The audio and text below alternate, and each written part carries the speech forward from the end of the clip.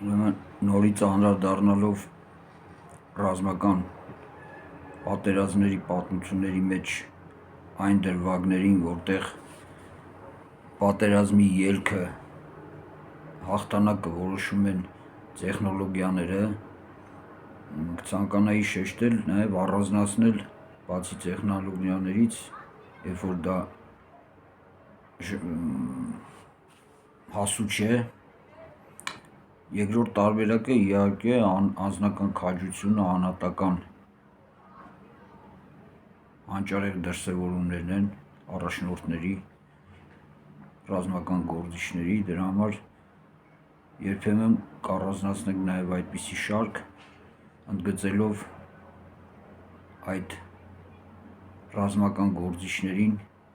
ցուցադրելով նրանց սխրանքը, որպեսզի մեր երիտասարդությունը միշտ հակված լինի, ել եմ ասում, նոր տեխնոլոգիաներին և անձնական հնարամտությանը իր երկրի, իր հայրենիքի, իր մշակույթի պաշտպանության համար, իր ինքնության պաշտպանության համար։ Ուրեմն այսպես, անդրադառնամ այս անգամ Նորվեգիային, ասած անգամ Շվեյցարիայի մասին էի խոսում։ Ուրեմն Նորվեգիայում 18-րդ դարի սկզբներին 1716 թվականին պատերազմ էր, ներսեր խուժե շվեդական Կարլ 12-րդ թագավորը իր զորքերով, դե շվեդները սիրում են կռիվ անել։ Նորվեգիան ու Դանիան այդ ժամանակ իրար հետ էին դաշնակից, միասին էին երևի էլի։ Ու այս Կարլը իր զորքով ներխուժե ու այդ մի հատ կարևոր ամրոց էր պաշարել, Ֆրեդերիկստեն ամրոցը լեռներում։ Այնպիսի իրավիճակ էր, որ ամրոցը մեծ ուժերով պաշարված էր հրետանով, ամեն ինչով էլի, բայց քանի որ պաշտպանվում էր,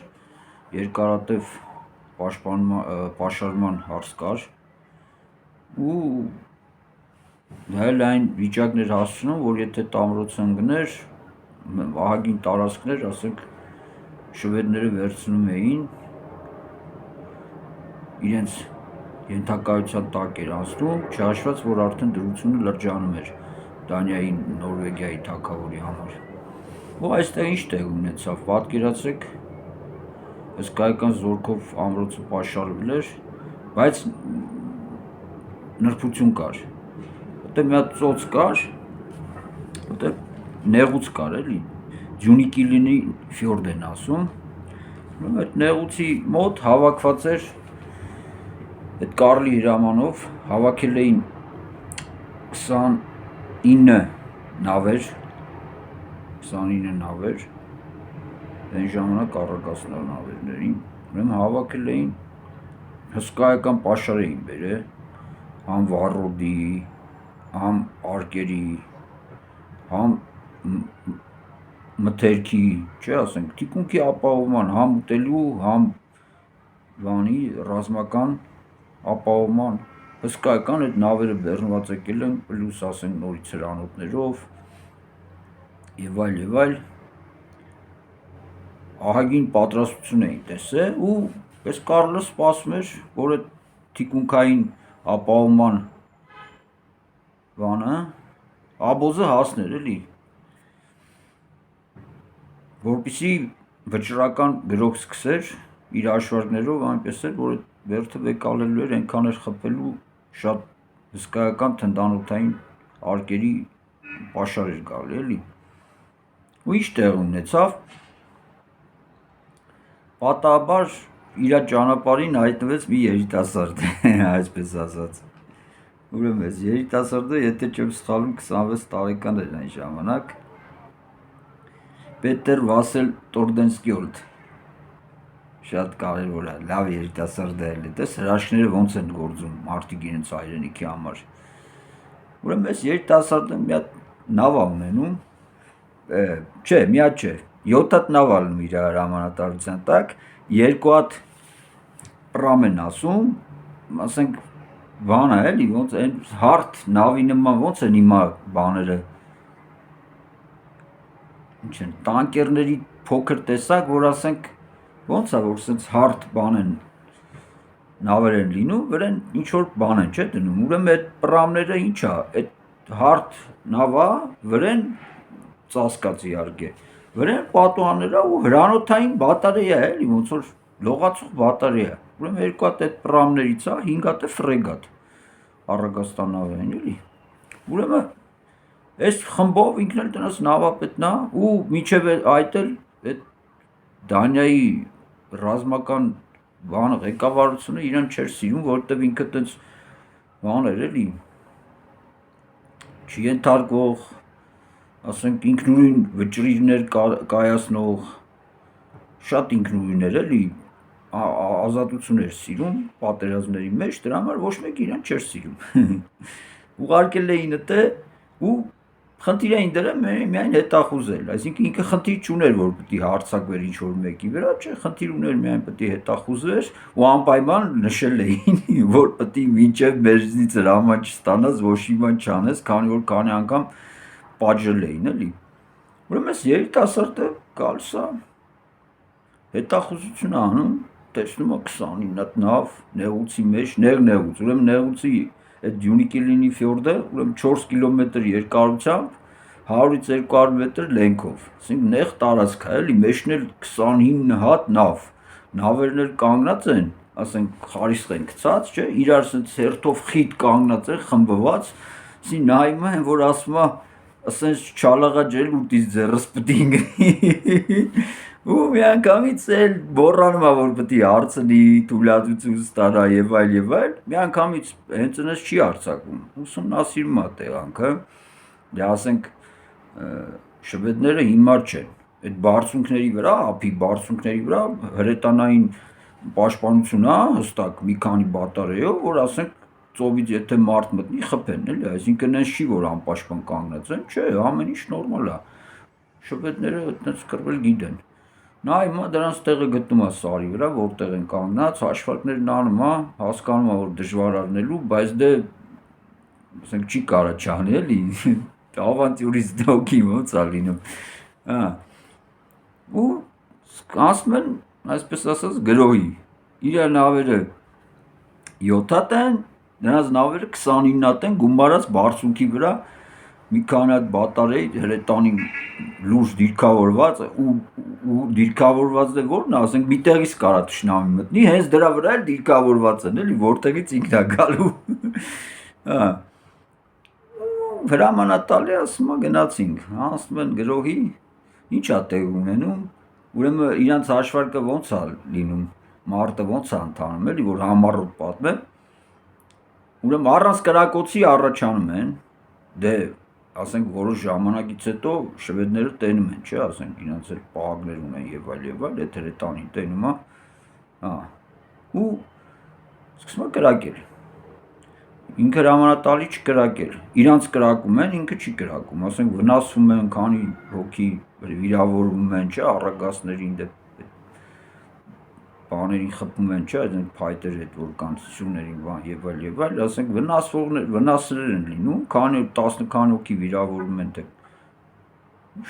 ագին կորստներ ա ունենում, այսպես ասած, մի քանի ընդամենը 5 հատ առագաստանավա, նորից եմ ասում, 2 հատ էլ պրամա այդ լողացող բատարեյան են, էլի, ասենք, մարտկոսն արետանային, ուրեմն մոտենում են մինչև մի 50 մետրի վրա, որ ասենք իրանց կրակը էֆեկտ ունենա, որտեվ իրանք մի քանի անգամ շատ չեն կարողանում կրակեն, իրանց հաշվարկով ճիշտ է հաշվարկում, էլի, որ արդյունավետ լինի, ժամանակից չսկսեն, ասենք, զինամթերքներ չփչացնեն։ Ուրեմն մոտենում են, կորուստներ կրելով մոտենում են, ու հրամանատալի կրակ, սկսում են կրակել։ Սկսում են կրակել, այդ 29 նավերից ահագին խփում են, այդ նավերը նենց են կանգնած, որ իրանք պետք է մեկ-մեկ դուրս գան, իրանք չեն հաշվարկել, որ հարձակման պետք է ենթարկվեն, ասենք պատկերացնում եք, թյուրիմացության մեջ են հայտնվել, իրանք խիտ են կանգնած ու չեն կարող դուրս գան, էլի, ժամանակ չունեն, չեն կարող դուրս գան, հիմնականում բատարեի վերից են աշխատում, այդ սարի վերից են մարտկոցը հրետանային կրակում իրանց վրա, մեկ էլ ասենք, որ նավը որ կարում է թեկության տակ, ասենք, ինչ-որ հրանոթային կրակ արձակի, դա է ասենք։ Մեկ է մուշկետներով ասենք, ուրիշ ինչ պետք է անեն։ Ուրեմն մոտենում են, սկսում են խփել, նավերին են ընձում։ Այդ պահին իրենց այդ պրամներից մեկը հայտնվում է բանի վրա։ Այդ ջրի տակից նստում է քարի վրա, էլի, նեղ տեղ ալնում, ասենք, կպնում է, էլի, հակնում է քարին, ժայռերին է հակնում ու թեքվում է, խայտառակ իրավիճակ է տեղի ունենում, այսինքն չի կարող նավը շարժվի, իրան էլ թիրախ է, խփում են անշարժ թիրախը, հրանոթով ինչ կանեն։ Խայտառակ վիճակ է ստեղծվում, այսինքն ինքը հարձակվել է, գործերը սկզբից լավ է գնացել, մեկ էլ մի նավը հայտնվավ այս վիճակի վրա, իրա չի կորցնում, հրամանատարը ասում է նավերը նստեք, բան արեք, առաջացեք այդ բարձունքի վրա ու գրավեք այդ բարձունքը, այդ մարդկոցի վրա են հարձակվում, պատկերացնում եք չէ, փողանակ փախնել, հարձակվում են այդ մարդկոցի վրա, մարդկոցը չի հասցնում, էլի, դե ինչ պետք է անեն, ասենք հրանոթները կոնկրետ դիրքով է դրած, խոսես չեն կախելու քիթերը, մինչև դրանք ջոգում են ինչա կատարում, սրանք հարձակվում են, ուրեմն բարձրանում են մարդկոցը գրավում են, դե արանքում զոհեր բան ունենում են, մարդկոցը գրավում են, պատկերը մի քանի մարդկոց գրավում են ու այս հրանոթները շուռ են տալի այս նավերի վրա շվեդական ու սկսում են նավերը հնձել։ Հասնում է բանը նրան է հասնում, որ ասենք այդ շվեդացիները տենում են, որ ճար չկա, պետք է փախնեն կամ պետք է ըխկվեն լրի մինչև վերջ կամ պետք է փախնեն։ Հրաման են տալի իրենց նավերը վառել, պայթացնել, որ թշնամու ձեռքը չհայտնվի, որտեղ ասենք վառոդա բանը, ասենք հսկայական պաշարներ է, էլի 29 նավ բեռնած պաշարա, պատկերացնում եք ինչ բան է, ճաղկտոր է։ Ու այդ ժամանակ ուրեմն այս Տորդենսկյորդը պատկերացեք ինչ ավանտյուրիստ է եղել։ Հերիք չի որ ջարդում է, դրանից հետո որ տենում է որ թշնամին սկսում է վառել, հրամանա տալի մի մասին իշնել բան անել, կրակը հանգցնել ու նավերը ողջ առողջ վերցնել գերի։ Այսինքն մյուս ավանտյուրային է ասում ջարդելուց հետո ու ստացվում է։ Ինչքան 13 նավ 29-ից 13-ը վերցնում են անվնաս այն լավ նավերը, որտեղ որ վառոդն է, արկերի քանակություն եւ լավ սնունդ բանունդ է, խմիչք եւ այլը, դրանք վերցնում են, ինչը որ հասցնում են, վերցնում են, դե մնացածն էլ ասենք 16-ածն էլ պայթացնում են, էլի ասենք փախնելու շվեդները, ի՞նչ է տեղ ունենում, ուրեմն նայեք, այս լուրը գալիս են Կարլին հասցնում են, Կարլը սպասում է, գալիս են տենում այս սուրանդակը ցեխոց մեխոտ արդեն պարզ է որ մի բան տեղի է ունեցել մի ընդամենը մի հարցակման շնորհիվ Կարլն ասենք խելացի բան է ել թակավոր է ել մի հիմար մարդ չի ել էլի պանիկայի մեջ չի գնում հիստերիայի մեջ չի գնում հաշվարկում է իրիկունը նստում է տենց տխուր հաշվարկները անում հասկանում է որ ինքը ոչ մի բան չի կարող անի առավոտը հավաքվում են ու գնում են իրենց երկիր, որովհետև ինչ պետք է անեն, ասեն, նավերը կորցրել են, ապահովում չկա, ռազմամթերք չկա, ինչ պետք է անեն, ոչ մի բան չեն կանեն, թողում գնում են։ Մի կապիտան է ինչ է անում, որ ասենք մի մարդը, որը հրաման է խախտում։ Ուրեմն պատկերացեք, այս ավարով հետ է գնում, այս դայնացի մեր Տորդենսկյորդը հետ է գնում, բռնում են ուզում են դատեն, ադմիրալները սրած Ուզում են ես տղուն դատեն, թեխի ես սենց ավանտյուրա արե, մեզ չես հարցրել, մենք ես ասել ենք, դու մեզ անպայման կհարցնես, չես հարցրել։ Հետո, վի չես հարցրել, ուզում են սրան բարձեն, լավա, ես խաբարը ասնում են, որ ասում է թակավորին, ես Դանիայի, Նորվեգիայի թակավոր Ֆրեդերիկ IV-ն ալնում, Հասնում է, իր ականջին հասնում է, որ իջա տեղ ունեցել, որ այդ կապիտան իրան փրկել է, իր սաղ թակավորության կյանքը փրկել է, պատերազմի ելք է որոշել, առանց լուրջ բախման մի հոգի, մի երիտասարդ իմանում է ինչա տեղ ունե, հրամանատարը բերել ու ասենք պաշտոնը սկզբից բարձրացնում է, դե էսկադրիլը է տալի, ինչա տալի, հետո տալիս արդեն ադմիրալը տալի, ինչա տալի, դες լավ պաշտոն է տալիս, չեմ արել երևի Էական չի, ուրեմն ցավալին ինչ է տեղ ունենում, որ ասեց հանճարակ երիտասարդին, ասենք հա պաշտոնը կոչումը բարձրացնում է, բայց ասենք էլի տենց այդ ադմիրալները չեն սիրում, էլի, ու 5 տարի անց այս հանճարեղ երիտասարդը դուելի ժամանակ այդպես սպանվում է գնում է, բայց իր այդ մի ճակատամարտով ինչ հարց է լուծել, էլի, ես դա եմ ուզում նշեմ, որ ոնց կարա մի մարդը անգամ հրաման խախտելով այդ ավանտյուրիստի հոգով հարցակվի թշնամու վրա ահագին քիչ, ասենք 4 անգամ քիչ զորքով չհաշված մարկոսները, չէ, 7 անգամ քիչ, 4 անգամ քիչ չհաշված մարկոսները, որ ցամաքից պաշտպանում էին, եւ պատերազմի ելքը որոշում է, այդպիսի բաները միշտ գտնելու եւ ներկայացնելու, որ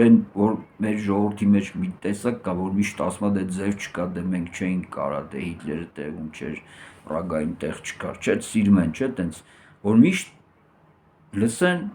իմանան, որ միշտ է ելք կա, պարզապես իրանք այդ ճանապարհը չեն ընտրել։ Այսքան բան։ Ես Պետեր Տորդենսկյորդին ուզեցի նշել, շատ պատմության մեջ ինքը ապրել է երևի 30-31 տարի, բայց պատմության մեջ մնաց որպես հերոսական արարքով սպա, որը կարողացավ իր պետությանը հաղթանակ բերել առանց մեծ ռազմաճակատի, պատերազմի,